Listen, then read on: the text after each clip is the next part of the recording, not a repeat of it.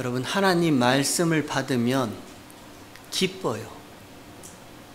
하나님의 말씀을 받으면 무거웠던 마음이 가벼워지고, 그리고 절망스러웠던 인생이 막 소망이 생기고요. 그리고 그 자리에 주저앉고 싶었던 이런 마음들이 다시 한번 일어나 볼까, 그런 용기가 생겨요. 하나님의 말씀이 그래요. 살았고 운동력 있는 하나님의 말씀이 저와 여러분에게 주어지면 우리 마음은 이렇게 기뻐요. 힘도 생기고 용기도 생긴단 말입니다. 우리가 아까 찬송했듯이 달고 오묘한 그 말씀, 생명의 말씀은 나의 믿음과 길을 밝히 보여주니 아름답고 귀한 말씀 생명샘이로다, 우리 이렇게 찬송했잖아요. 그 생명샘 같은 하나님의 말씀이 저와 여러분에게 주어지면 우리는 그냥 기쁘고 또 뭐 감사하고 그래요. 그런데 하나님의 말씀이 주어졌는데 울어요. 운단 말입니다. 오늘 본문 사사기 2장에 보면 하나님의 말씀이 이스라엘 전체 백성들에게 주어졌는데 이스라엘의 모든 백성이 운지라 통곡하며 울읍니다. 2장 1절을 한번 보세요. 2장 1절에 보면 이렇게 되어 있습니다. 여호와의 사자가 길갈에서부터 보김에 이르러 가로되, 이렇게 시작합니다. 여호와의 사자가, 보통 신학자들이 여호와의 사자 이러면 천사다 이렇게 얘기를 해요. 그래서 영어 번역도 보면 The Angel of the Lord, 주의 천사, 엔젤이라고 이렇게 번역되어 있어요. 근데 조금 더 정확한 번역은 여호와께로 보내심을 받은 여호와예요. 하나님으로부터 보내심을 받은 하나님, 이게 구약 성경에 나타난 여호와의 사자의 모습이에요. 우리가 출애굽기 강의할 때 모세를 살펴봤죠. 하나님께서 모세를 부르세요. 불타는 떨기나무 가운데 여호와의 사자가 모세를 부릅니다.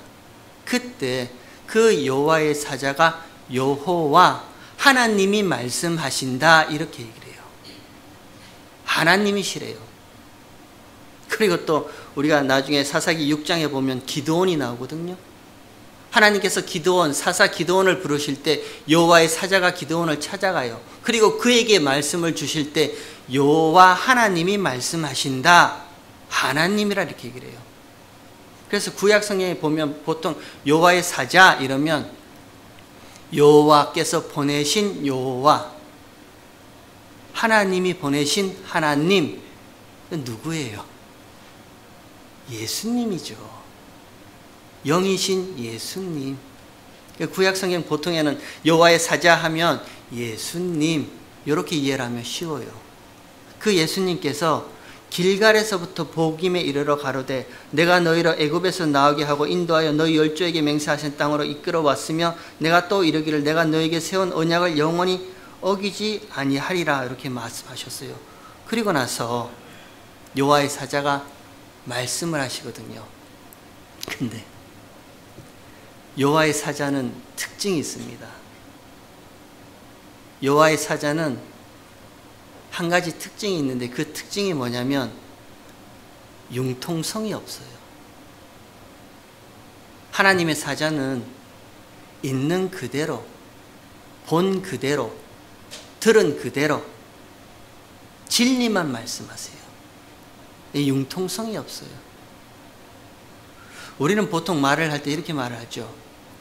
환경이나 주변 상황이나 그 당시의 분위기에 따라서 우리가 이렇게 말을 하잖아요. 그죠? 근데 하나님의 사자, 여호와의 사자는 있는 그대로, 본 그대로, 들은 그대로 참 융통성 없이 그냥 그대로 진리만 얘기하시는 분이 여호와의 사자입니다.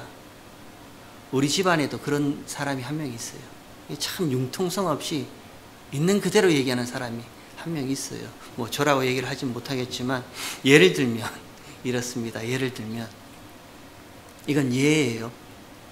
오해하지 마시고, 어느 권사님이 예쁜 옷을 입고 오셨다. 그럼 우린 보통 권사님 참 옷 예쁜 옷 입고 오셨네요. 어디서 사셨어요? 논현동에서 사셨어요? 청담동에서 사셨어요? 참 고급스러워 보이네요. 예, 참 귀한 브랜드 있는 옷이죠. 우리 보통 이렇게 얘기를 하잖아요. 그럼 주변에 있는 모든 사람들도 다 권사님 참 옷이 잘 어울리십니다. 너무 고급스러워 보여요. 이렇게 얘기를 하잖아요. 근데 거기에 나 저 옷 아는데 저기 동대문 시장에서 39,900원에 파는 거 내가 봤다. 융통성 없이 얘기하는 사람이 있어요. 주변의 분위기를 싸하게, 제가 보통 그렇게 얘기를 해서 아내가 저를 많이 꼬집어요. 핀잔도 주고. 왜 당신은 상황도 모르고 얘기를 하냐고. 근데 여호와의 사자의 특징이 그렇습니다. 융통성 없이 얘기합니다. 다른 말로요, 하나님의 사자, 하나님으로부터 보내심을 입은 하나님은 있는 그대로, 본 그대로, 들은 그대로 진리만 그렇게 말씀을 하세요. 근데 그게 상처가 되죠. 때로는 그게 가시가 되는 거예요. 여호와의 사자가 이스라엘 백성들에게 얘기를 하시는 거예요.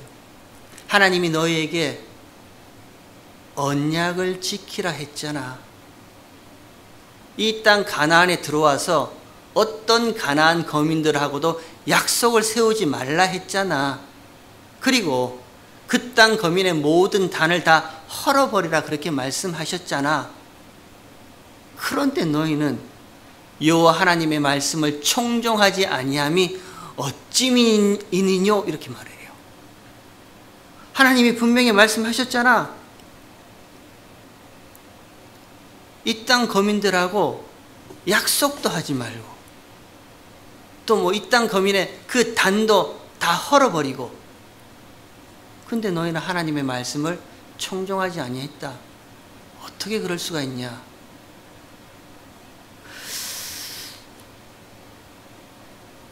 하나님의 사자, 여호와의 사자가요, 있는 그대로 말씀을 하세요. 이 강대상에서 하나님의 말씀을 있는 그대로 전하는 것이 목사의 직분입니다. 근데 어떤 때는 참 마음에 갈등이 많이 생겨요. 안 그래도 살기 힘든데, 안 그래도 이민생활 참 힘든데, 그냥 있는 그대로 우리의 죄악과 우리의 부족함과 우리의 연약함만 어떻게 계속 얘기를 할 수 있을까? 좀 소망적이고 희망적이고 좀 긍정적인 그런 말들, 잘 되는 나, 뭐 긍정의 힘, 뭐 그렇게 얘기를 해야 되지 않겠습니까? 이런 얘기도 들어요. 어떻게 융통성 없이 맨날 있는 그대로 말씀 그대로만 전해요. 조금 우리에게도 뭔가 하면 잘할 수 있다라는 그런 소망적인 얘기도 해야지 우리가 힘이 생기지 않겠습니까? 여러분은 어떻게 생각하세요? 여러분은 어떻게 생각하세요? 저기 구약에 가면요, 열왕기상 마지막 22장에 가면 선지자 미가야라는 사람이 등장해요. 그 미가야가 어떤 일이 일어나냐면, 이스라엘 왕이 이제 아람 왕하고 전쟁을 하려 합니다. 이스라엘 왕이 아합이 아람 왕과 전쟁에서 빼앗겼던 땅을 다시 찾아오려 해요. 그때 이스라엘 왕이 선지자 400명을 불러 모아요. 그리고 물어봅니다. 그 400명 불러 모은 선지자 400명에게 내가 올라갈까 말까? 올라가서 싸우면 내가 이길 수 있을까 없을까? 물어봐요. 그때 거기에 모였던 선지자 400명 모두가 다 동일하게 올라가소서 이렇게 얘기를 해요. 올라가서 싸우십시오. 올라가서 싸우면 무조건 이깁니다. 여호와 하나님께서 그 아랍 왕의 목숨을 이미 이스라엘 왕 당신에게 그 손에 붙이셨으니 올라가면 무조건 이깁니다. 모두가 다 동일하게 그렇게 얘기를 해요. 그래서 이스라엘 왕이 선지자 미가야한테 한 번만 더 물어보자. 그가 늘 나에게 쓴소리만 했던 선지자인데 내가 그 사람한테 한 번만 더 물어보고 올라가겠다. 그래서 불러오라 그래요. 그래서 그 선지자 미가야를 부르러 갑니다. 그래서 부르러 간 사람이 부르러 가서 뭐라고 얘기를 하냐면, 왕 앞에 가서 쓸데없는 얘기 절대 하지 말래요. 우리가 다 이미 올라가면 이길 수 있습니다. 이미 다 분위기가 그러니까, 상황과 형편이 그러니까, 우리가 다 그렇게 말했으니까 당신도 이길 수 있다라고 그렇게 얘기를 하라, 이렇게 얘기를 합니다. 그리고 와서 이스라엘 왕 앞에 섰을 때 왕이 물어보죠. 내가 이길 수 있을까 없을까? 그때 그 선지자 미가야가 하는 말이요, 전쟁에서 패배합니다. 당신이 올라가면 죽습니다. 그랬더니 뒤에서 누군가가 그 선지자 미가야의 뺨을 후려쳐요. 또 쓸데없는 얘기한다고요. 미리 다 귀뜸해 줬는데, 미리 그런 소리 하지 말고 분위기가, 상황이 다 이런 얘기를 하도록 되어 있는데 쓸데없는 얘기한다고 선지자의 뺨을 때려요. 왜 선지자 미가야가 그렇게 얘기를 했는가? 하나님이 미리 보여주셨거든요.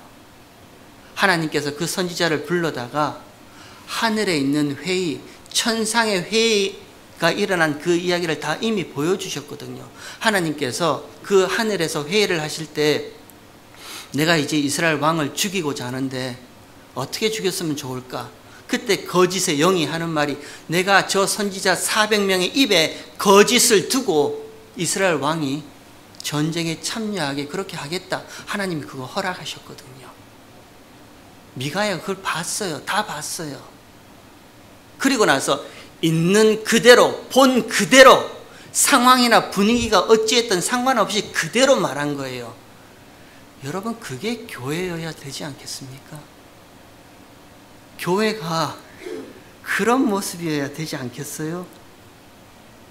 세상 분위기가 그렇다고, 모든 교회들이 다 이렇게 한다고, 주변에 있는 큰 교회들이 다 그렇게 한다고 융통성 없이 말씀만 붙잡지 마시고, 우리도 좀 이것도 하고 저것도 하고, 저도 그렇게 하고 싶어요.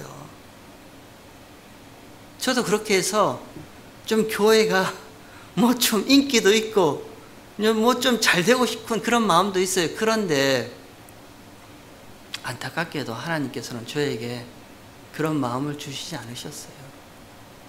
그냥 있는 그대로만 말해라. 여러분, 그렇지 않습니까? 저와 여러분, 이미 완성된 하나님 나라를 본 하나님의 백성들이라면서요. 소경된 우리의 눈을 하나님이 그 은혜로 인하여 믿음으로 말미암아 소경된 우리의 눈을 뜨게 하시고, 이미 완성된 하나님의 나라, 다시는 고통도 아픔도 슬픔도 없는 그 나라, 우리 아까 찬양대 성가대 찬양하셨잖아요. 초가상간이라도 나는 좋다면서요. 초가상간에 사는 것이 왜 좋아요? 이미 알았기 때문에요. 이미 하나님 나라에 완성된 그 모습을 우리가 보았기 때문에 이 땅에서 살아가는 이 모습이 초가상간이라도 나는 괜찮아요. 그렇게 찬송하잖아요. 이미 그 완성된 하나님 나라에서 부활하신 예수 그리스도와 함께 저와 여러분이 영광된 첫째 부활에 이른 우리의 모습을 하나님의 믿음이 보여주셨잖아요. 그러면 본 그대로, 있는 그대로, 하나님이 들려주신 그대로만 보고 듣고 말하는 게 성도의 삶의 모습 아니에요? 그게 교회의 모습이어야 하잖아요. 유혹이 참 많습니다. 여러분, 개척교회가요, 그렇게 쉽지 않아요. 개척교회를 하다 보면 주변을 많이 돌아보게 되어 있어요. 어떤 교회는 어떻게 해서 성장하고 어떤 교회는 어떻게 해서 부흥하고 많이 보게 되어 있어요. 그러면서 그것을 카피하고 싶은 마음도 많이 생겨요. 그러다가 수많은 개척교회들이요, 많은 어려움을 당해요. 저와 여러분 인생도 그렇지 않아요? 우리가 인생 살면서 주변의 사람들이 이 사람은 이렇게 했더니 잘 됐더라, 저 사람은 저거 했더니 잘 되더라. 그래서 직업도 많이 바꾸는 분들 계시죠.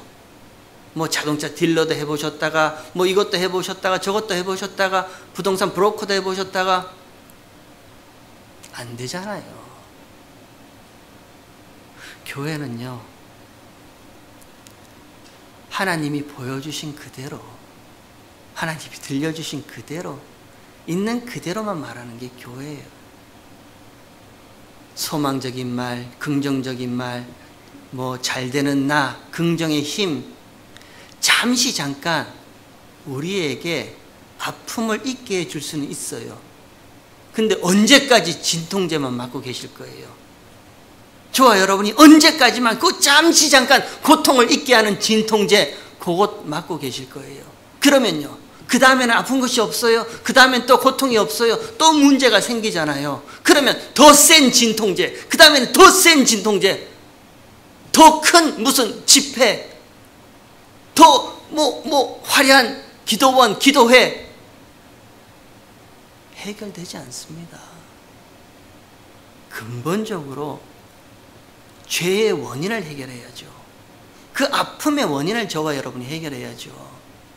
힘들고 어렵지만 하나님이 있는 그대로 주시는 말씀 그대로 가지고 죄의 문제를 해결해야죠. 그게 살 길이에요. 그것만이 살 길입니다. 여호와의 사자가 이스라엘 백성들에게 있는 그대로 말씀을 전하세요. 하나님이 이 땅 가나안 거민들에게 약속도 세우지 말라 하셨잖아. 그리고 그 땅에 있는 거민들의 모든 단을 다 헐어버리라 하셨잖아.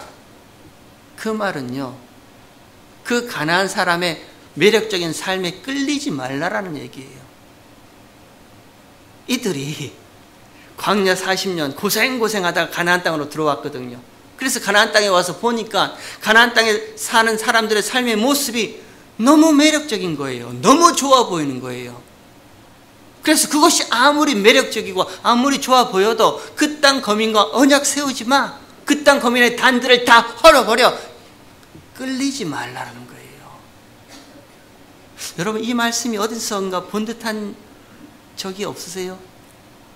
창세기 2장에 보면 하나님께서 아담과 하와를 만드시고 에덴을 두시고 그리고 하시는 말씀이 에덴 동산에 있는 모든 실과는 임의로 먹되 동산 중앙에 있는 그 나무의 실과는 먹지 말라 이렇게 얘기를 하잖아요. 먹지 마 하면 먹지 않는 자리를 지킬 때, 그 하나님의 말씀에 순종할 때, 그 하나님의 말씀을 청종할 때, 그때 인간은 가장 평안해요. 가장 행복하단 말입니다. 하나님이 그거 하지 마 하면 하지 않는 그 하나님의 말씀을 청종하고 그 말씀을 지킬 때가 사람이 가장 행복하게 사는 거예요. 그럼에도 불구하고 쳐다본 즉 보암직도 먹음직도 지혜롭게 할 만큼 탐스럽기까지 해서 먹어버리죠. 하나님께서 이스라엘 백성들에게 그 땅 가나안에 들어가거든 그 땅 가나안 거민들의 삶의 모습에 쳐다보지도 마, 끌리지도 마, 약속도 하지 마.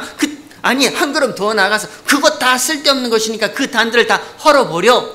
이렇게 얘기를 하면 아무리 그것이 좋아 보이고 매력적으로 보인다 할지라도 하나님의 말씀을 청종하고 그 말씀에 순종하는 것이 이들 삶의 가장 복되고 행복하고 편안한 삶이에요. 근데 이들이 들어가서 가나안 사람들의 삶의 모습을 보니까 쳐다본 즉 보암직도 먹음직도 지혜롭게 할 만큼 탐스럽기까지 한 것이 여러분 세상 아닌가요? 그게 세상의 모습 아니에요? 저와 여러분 하나님의 백성으로 이 세상 가운데 살고 있잖아요. 세상 가운데 하나님이 성도를 두셨단 말입니다. 안 볼래야 안 볼 수가 없어요. 마치 그 선과 악을 알게 하는 나무의 그 실과 나무를 동산 중앙에 두신 것 같이 우리가 하나님의 백성으로 안 볼래야 안 볼 수가 없어요. 쳐다본즉 여러분 어떻습니까? 부럽지 않으세요? 돈 걱정 없이 살지, 뭐 자기 마음대로 살지, 하고 싶은 거 마음대로 하면서 살지, 뭐 딸내미 돈만 있으면 뭐 좋은데 다 보내지, 큰소리 빵빵 치지. 쳐다본즉 보암직도 먹음직도 지혜롭게 할 만큼 한 것이 세상의 모습이란 말입니다. 근데 하나님께서는요, 야, 그들과 언약도 세우지 마. 아니, 그 단을 다 헐어버려. 그거 아무 소용없는 거야. 근데 이스라엘 백성들은요, 하나님의 말씀을 청종치 아니에요. 그래서 하나님이 꾸짖으시는 거예요. 너희가 내 목소리를 청종치 아니함이 어찌미니뇨? 하나님이 꾸짖어 버리세요. 아니, 어쩌면 이 시간 하나님께서 저와 여러분을 꾸짖고 계시는지도 몰라요. 한번 생각해 보세요. 저와 여러분 기도 제목들이 있죠.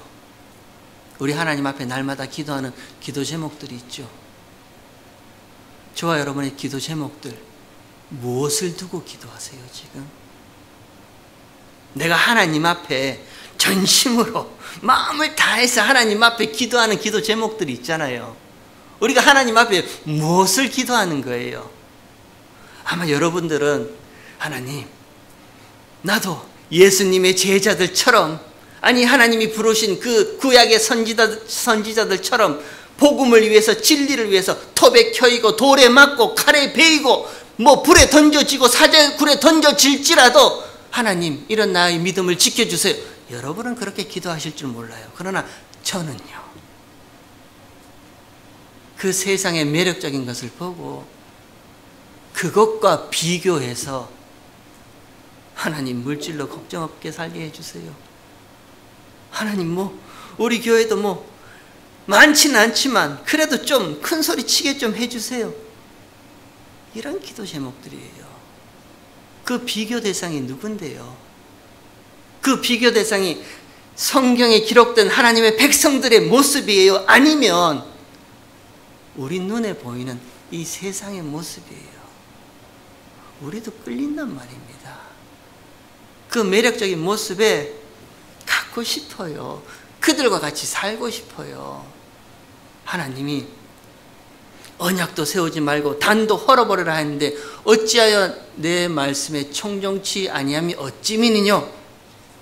늘상 그렇게 꾸짖고 계세요. 그래서 하나님이 이렇게 말씀을 하세요. 오늘 본문 3절에 보면 이렇게 말씀하십니다.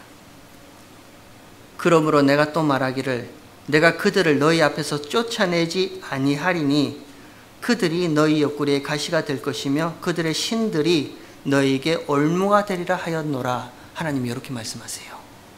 하나님의 말씀을 청종치 아니한 그 가나안 거민들의 삶의 모습을 보고 그 매력에 확 이끌려버린 이스라엘 백성들에게 하나님이 그러므로 내가 또 말하기를 내가 그들을 너희 앞에서 쫓아내지 아니하리니 그들이 너희 옆구리에 가시가 될 것이다. 이렇게 말씀하세요.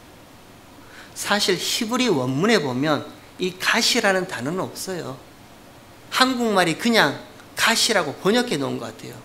제가 히브리 원문을 보면 가시라는 단어가 없어요. 원문에는 그들이 너희의 옆구리가 된다 이렇게 되어 있어요. 히브리어로 그 옆구리가 된다라는 이 관용어는요, 신부가 된다라는 뜻이에요. 저 이방인들이, 가나안 거민들이 너희의 신부가 된다 이런 말이에요.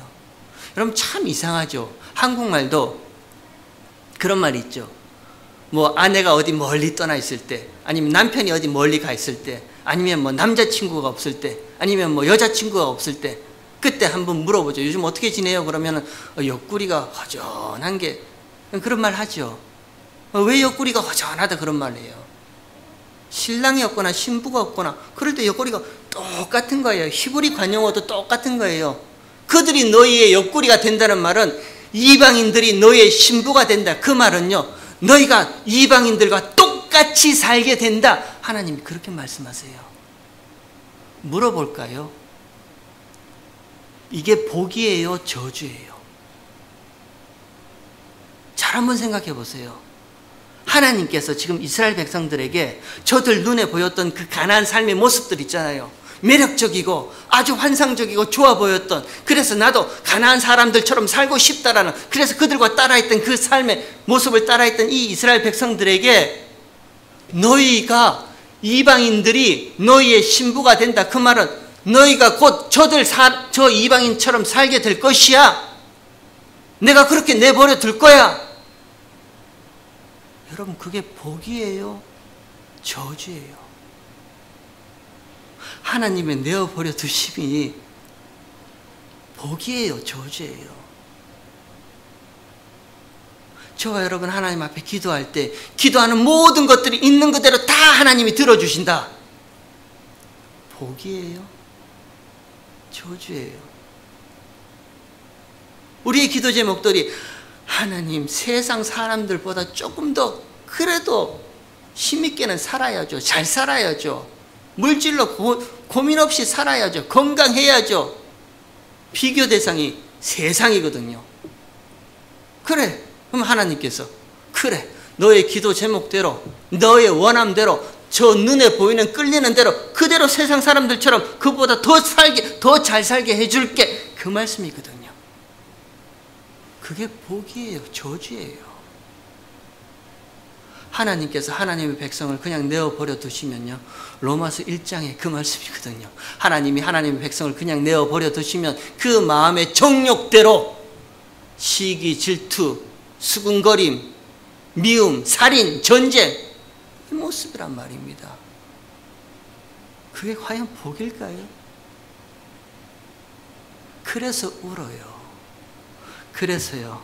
그래서 4절에 보면 여호와의 사자가 이스라엘 모든 자손에게 이 말씀을 이르매 백성이 소리를 높여 운지라. 그러므로 그곳 이름을 복임이라 한다. 이렇게 되어 있어요.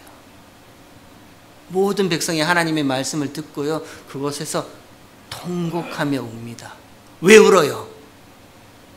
이 복임의 울음은 첫 번째로는요, 내 뜻대로 되지 않는 그 원통함, 그 분함, 그 억울함요. 내가 하나님 앞에 그렇게 기도했는데 하나님이 내 뜻과 내 원함을 들어주지 아니하시고 계속해서 어렵게만 내어버려 두신 그 원통함, 분함, 그것 때문에 울어요. 그리고 더 나아가서 이 복임의 울음은요, 혹시 하나님이 이런 나를 그냥 내어버려 두시면 어찌할까 하는 그 두려움의 울음입니다. 하나님께서 이방인들로 너희 옆구리가 되게 하겠다. 그 말은요, 너희도 이방인처럼 그렇게 살게 내가 내버려 두겠다. 그 말씀이거든요. 저들이 그 말씀을 듣고 다 운단 말이에요. 그냥 하나님의 간섭하심 없이 이방인처럼 하나님이 떠나버리시면 어떡할까 하는 그 두려움의 울음, 그게 복임의 울음이에요. 교회는요, 성도는요, 반드시 이 복임의 울음을 울게 되어 있어요. 저와 여러분 하나님 앞에 이런 울음 운 적 없으세요? 하나님, 내가 얼마나 기도했는데 왜 내 뜻을 들어주지 아니하시고 내 소원과 내 원함대로 해주지 아니하세요? 억울합니다. 원통합니다. 분합니다. 울잖아요. 근데 그 울음이 조금 더 나아가다 보면요, 하나님이 나와 함께 하지 아니하시면 어떡하나? 하나님이 이런 나를 내어버려 두시면 어떡하나? 두려움의 울음이 되는 거예요.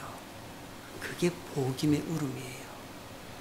글로리 장로교회 오늘 9주년이 됐습니다. 그 말인즉슨 이제 10년이 흘러간다는 얘기예요. 제가 한번 쭉 뒤돌아 생각해 봤습니다. 사도행전서부터 시작해서 사도행전, 로마서, 창세기, 출애굽기, 여호수아, 누가복음, 또 일부 예배 때는 히브리서, 또 토요 새벽 기도회 때는 서신서들, 정말 성경에 많은 성경책들을 강의했더라고요. 하나하나 다 살펴봤습니다. 그러면서 또 한번 뒤돌아봤습니다. 창립 1주년, 2주년, 3주년 때까지는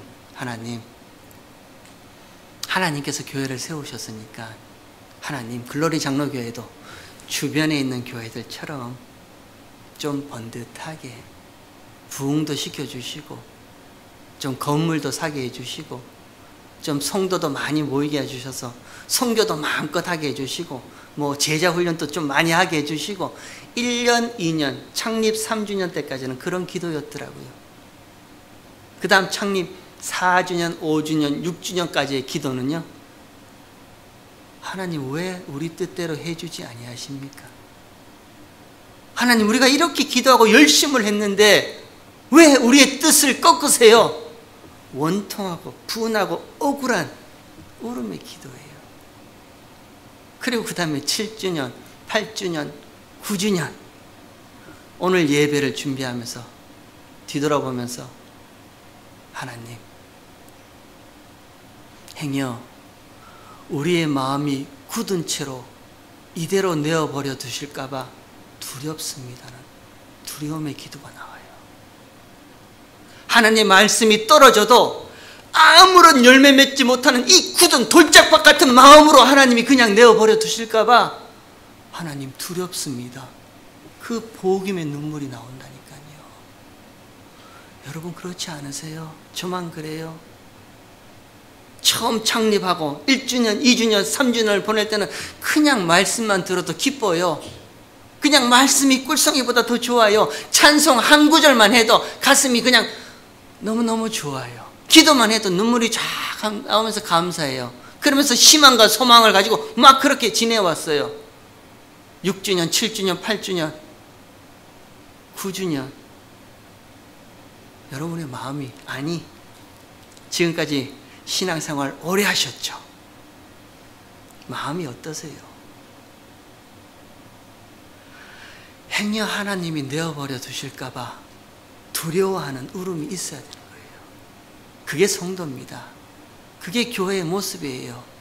내가 내 하는 일도 그대로 잘 되더라. 하나님이 아무 간섭하심 없이, 아무 치심 없이, 그냥 아무 무서움 없이 편안하게, 인생 그냥 편안하더라. 여러분, 그러면 두려워하셔야 돼요. 하나님이 그렇게 내어버려 두시면요, 두려워서 우는 울음이 있어야 돼요. 그게 복음이에요. 바라기는요, 저와 여러분의 인생, 먼저는 반드시 내 뜻대로 되지 않는 원통함과 억울함과 분함의 울음이 있습니다.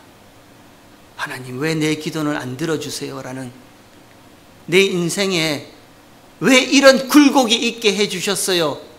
하나님 앞에 분하고 억울하고 원통해서 우는 울음이 있습니다. 그리고 그 울음 뒤에는요, 잘 한번 생각해 보시기 바랍니다, 여러분. 그래, 너의 뜻대로 세상 사람들을 같이 그냥 살도록 내어버려 둘게. 얼마나 그게 두려운지 모릅니다. 하나님이 그 손에서 내어버려 두시면 얼마나 두려운지 몰라요. 차라리 하나님이 내가 잘못된 길을 가고 있을 때 하나님이 채찍과 막대기와 몽둥이로 나를 치시면 그것이 하나님이 나와 함께 계신다는 증거예요. 그 울음이 하나님이 나와 함께 하신다는 증거의 울음이에요. 그게 복된 울음입니다. 저와 여러분의 인생살이에 이 복음의 울음, 모든 이스라엘 백성들이 통곡해서 울었던 이 울음이 저와 여러분 인생에 항상 있기를 주님의 이름으로 축원합니다.